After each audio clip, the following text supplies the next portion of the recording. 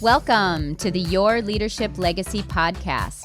My name is Tina Paulus-Krause, and I'm so excited to bring you this next podcast dedicated to you high performers out there who want to reinvent yourself, reinvent your business, maybe your career, all of it. This podcast is all about being dedicated to transformation and being the best possible leader of yourself and others that you can be in order to create a legacy that lives on. Welcome to Your Leadership Legacy. My name is Tina Paulus-Krause. I am the founder and CEO of True You Teams. And here we go. Hey everyone, welcome to the Your Leadership Legacy podcast. My name is Tina and I'm super excited. I think I say that every single time, Bryan. I'm super excited, times two, with who we have on the podcast today. We have Bryan Carranza on the show today. Hey, Bryan. What's up? How are you? I'm doing great. Awesome. I want to give the people that are listening a little bit of an intro just on you. I met Bryan at a leadership development program. And Bryan is one of those people that literally he walks into the room and owns the room with who he is. I feel that for you, Bryan. Like you're bigger than life, your smile, your energy, you just have a way of really captivating people. And I wanted to have you on the show because you're up to some really big things in life. You've got some stuff going on. So if you could just take a minute to introduce yourself and tell us about how amazing you are, that would be great. Cool. Thank you, Tina. I appreciate you. You're amazing. Yeah, my name is Bryan Carranza and I am 25 years old. I am the middle child and I was raised by a single mama and I just have a big heart. And what I do for work is I'm a coach. I work with men and support them in mastering their emotions and their communication so that they can tap into self-love and generate inner confidence. Amazing. That's so amazing. And here's like literally what drew me to you, Bryan, because I have a son who's 30 years old. And there's just so many similarities with you and him. And he suffers with some addictions. And I think in the past year or two, and you know, my whole family, that's kind of where we came from and how my transformation started was from addiction. And there's been so many times that I've said, geez, I wish I just had a really great role model, a male role model who's in this work to really send him to, a mentor, whatever that looks like. And so I want you to talk about your transformation because it was like, for me, it was amazing and incredible to witness you just really step into your leadership. But you've got, you know, you've had a little bit of a past that's held you back from doing that. So tell us, I'm just so impressed with you at 25, really taking a stand for your life. And so tell us about how that came to be.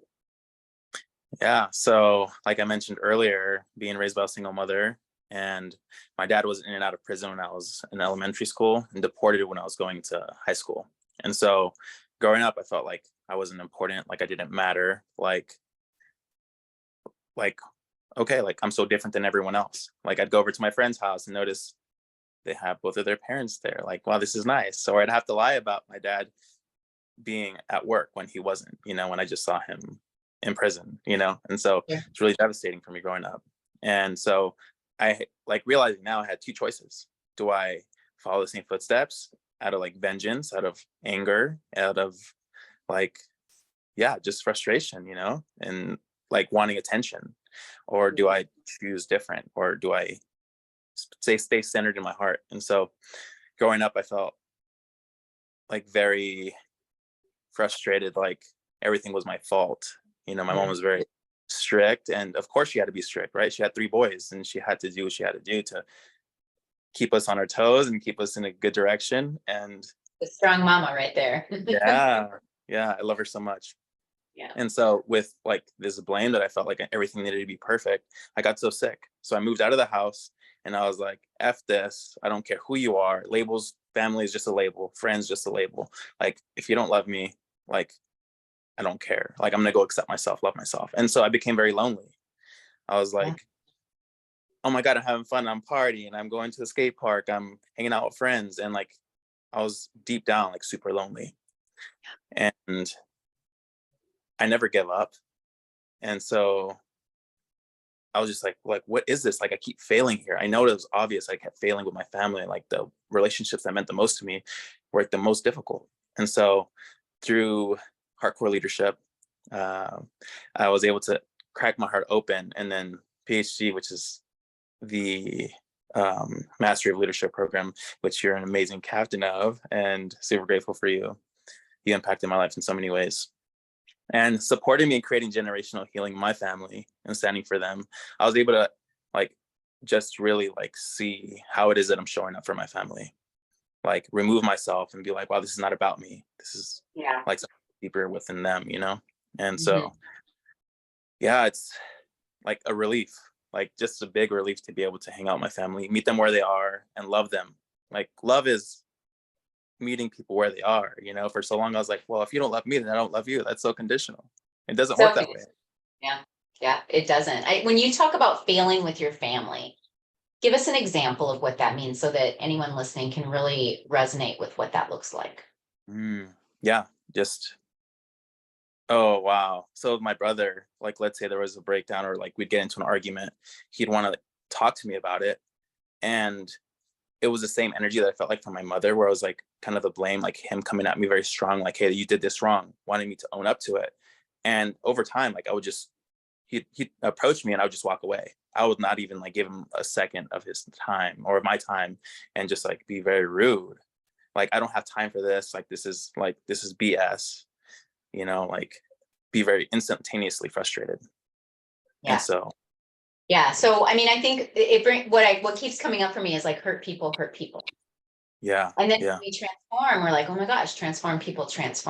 So what I'm hearing you say is in those moments when, you know, quote unquote, failing your family, what I'm hearing you say is you were matching the energy. And so everything was just staying the same instead of standing in your leadership and really causing and creating that shift and that change in your family. So talk about how you created that, because I literally witnessed it. It was beautiful and amazing. How did you create the shift in your family?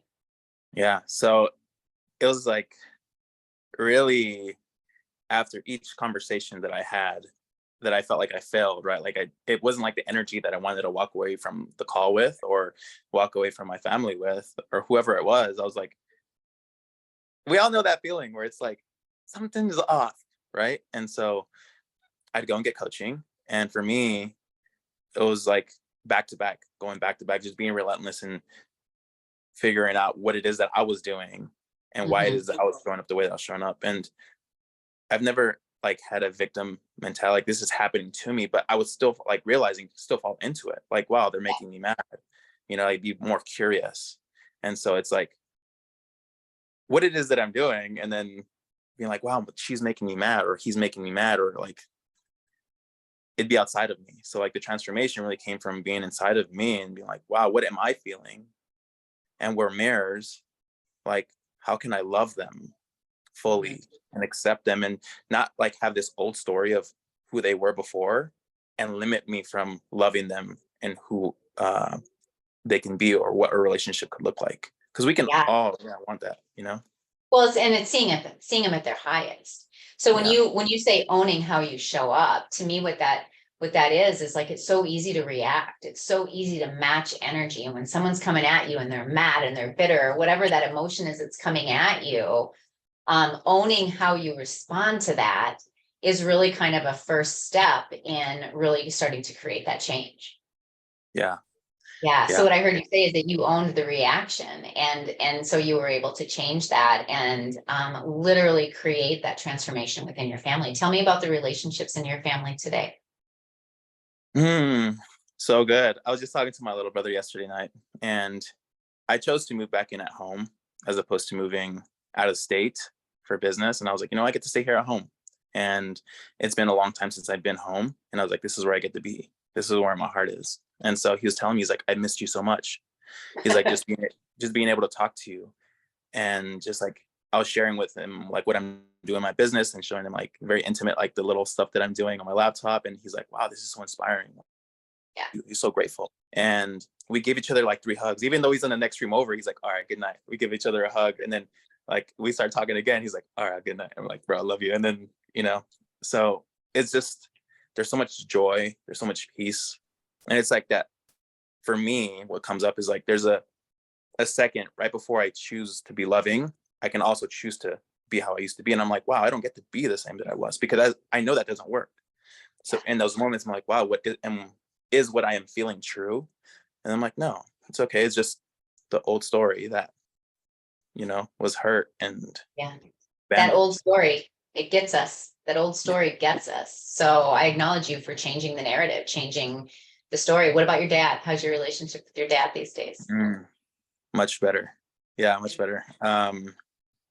Same thing when I was younger. Like, I didn't really give anyone the time of day. I didn't really care. So I wouldn't talk to him much. I talked to him like 2 or 3 times a week.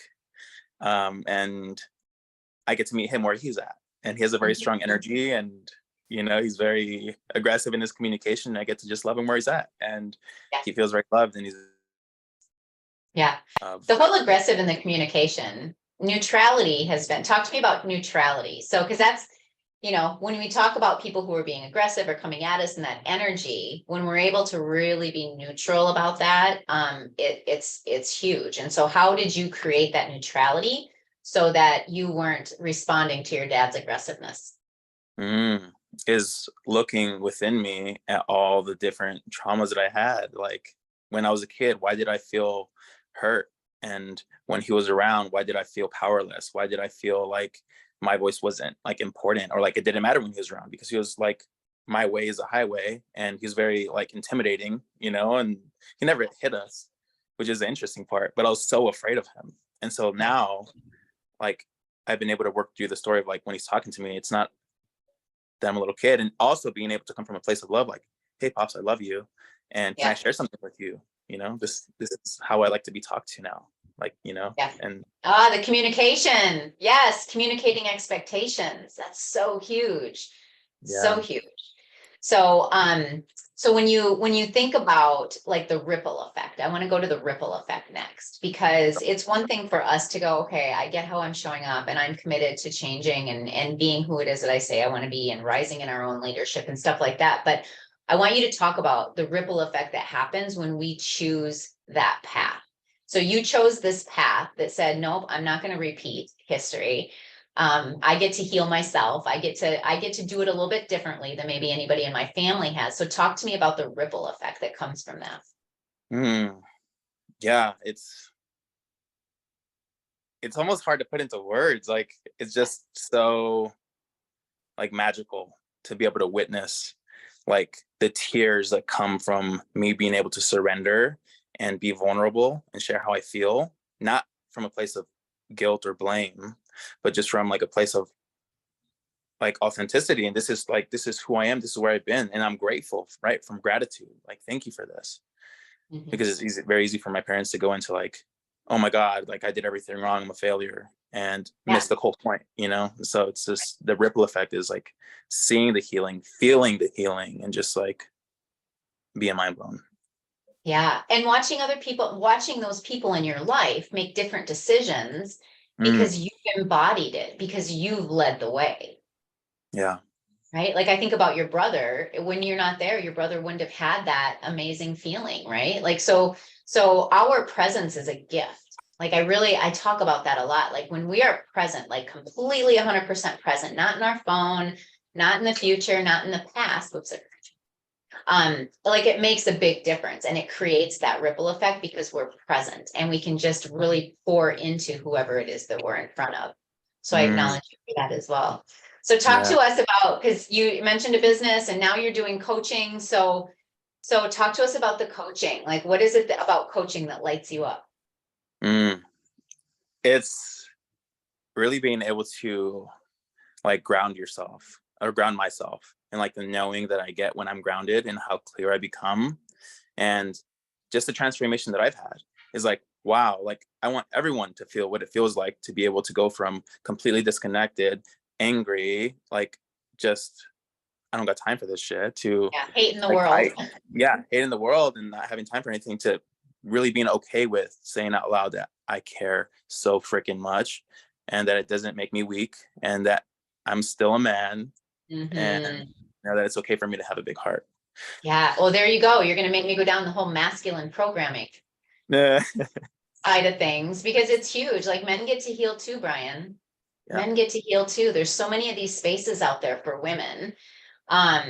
men get to heal too. And there is nothing like, I melt when I see a grown masculine man being vulnerable, showing feelings, being real, being authentic, no masks, all of that. So, what's your vision? I love your vision. Talk to us about your vision and what you get to create, because you get to create those spaces for sure for men's Yeah. healing.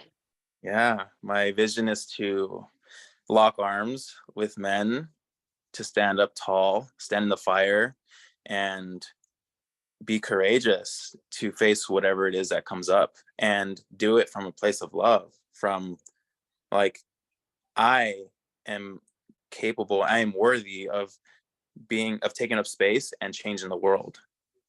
Like, we don't get to play small. We don't get to pretend like everything's okay when things aren't the best. Yeah, when it's And it's clearly okay. Yeah, and it's okay that things aren't the best. And it's not okay for them to stay that way. right. Yeah, it's like I always, it's a busy, noisy world out there. There's distractions all over the place, and we get stuck. Like, it's easy to get stuck, but what's not okay is to stay stuck.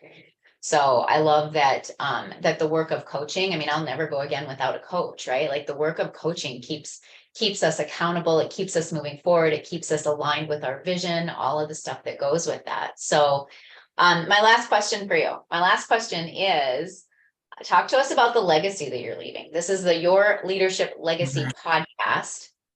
And every single thing that we do creates our legacy. So what legacy are you leaving, Bryan? I am leaving the legacy of just generational healing, of knowing that the impact and the shifts that I'm making in my life are rippling through to my kids and their kids and their kids, because it's okay that things are the way that they are, or that they've been, and things evolve. And yeah, I'm here. I was put here to create generational healing, not just with my family, but with everyone around me, because we're all human, we're all connected, we're all family. So Yeah, you get to be the stop. That's what I heard you say. Like, we get to be the stop. It is, the generations have gone on and on and on like they have, and our programming is what it is.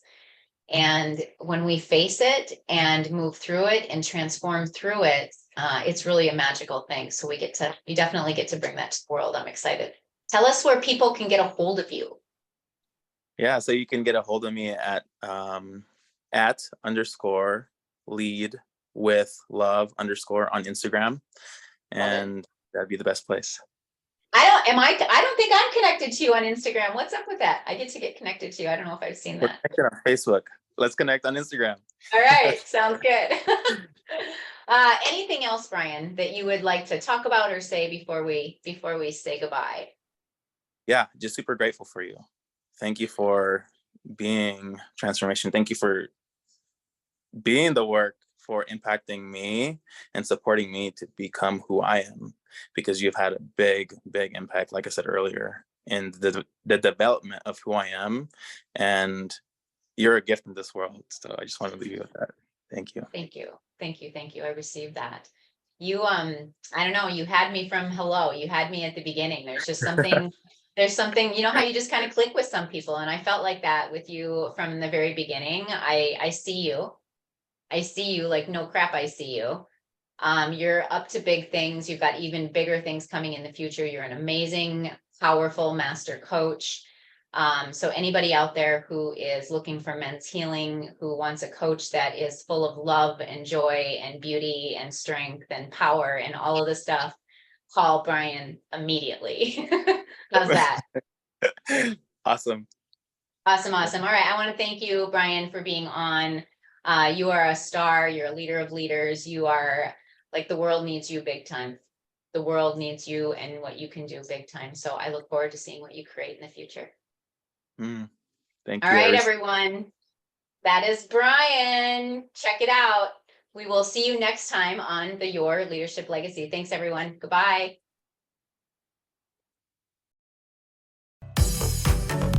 My name is Tina Paulus-Krause, and I thank you so much for tuning in. I hope you enjoyed the show. Check out our programs and events at trueyouteams.com. And until next time, make it an amazing day.